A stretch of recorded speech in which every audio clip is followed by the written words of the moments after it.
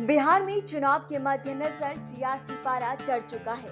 पक्ष और विपक्ष के बीच जुबानी जंग जारी हो चुका है। इसी दौरान पूर्व केंद्रीय मंत्री और चिराग पासवान के चाचा पशुपति कुमार पारस ने नीतीश कुमार सरकार पर बड़ा हमला बोला है। ये आलोचना राष्ट्रीय जनतांत्रिक गठबंधन यानी कि एनडीए से उनके मोह भंग के बाद आई है।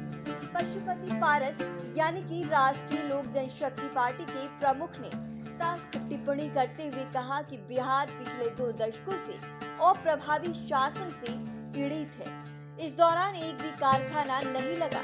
बिहार राज्य में बेरोजगारी और भ्रष्टाचार चरम पर है। पशुपति पारस ने कहा कि सीएम नीतीश कुमार के गृह जिले में एक महिला के साथ मारपीट की गई, उनके पैर में कील ठोकी गई। इस पर किसी ने कोई संज्ञान तक नहीं लिया। ये बिगड़े कानून व्यवस्था का ही संकेत है। इस घटना के संबंध में किसी भी मंत्री या अधिकारी ने कार्रवाई नहीं की।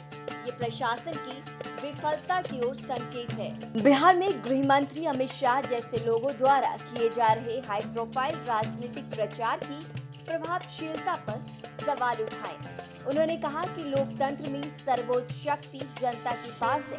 अमित शाह कितना डेरा डाल सकते हैं, जनता ही मालिक है, जनता ही सर्वोच्च है।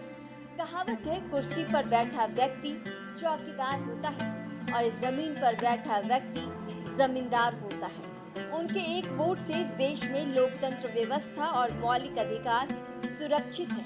पारस की टिप्पणियों ने बिहार में लोकतंत्र और शासन की स्थिति पर बहस छेड़ दी है, जिसमें मौजूदा राजनीतिक नेतृत्व की जवाबदेही और प्रभावशीलता पर सवाल उठाए गए हैं। नीतीश कुमार और एनडीए गठबंधन की उनकी तीखी आलोचना आगामी बिहार विधानसभा चुनाव में भाजपा और चिराग पासवान के लिए बेहद महत्वपूर्ण चुनौती को दर्शाती हुई नजर आ रही है, जो राज्य के मतदाताओं के बीच राजनीतिक निष्ठाओं और प्राथमिकताओं में संभावित बदलाव का संकेत देती है।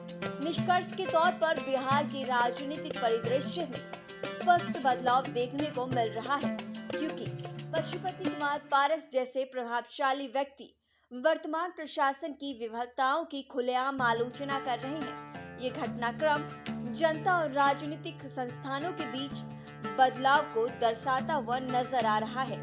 ये घटनाक्रम जनता और राजनीतिक संस्थानों के बीच बदलाव के लिए व्यापक आह्वान का संकेत देते हैं, जिससे एक बेहद प्रतिस्पर्धी चुनावी लड़ाई का मंच तैयार हो रहा है।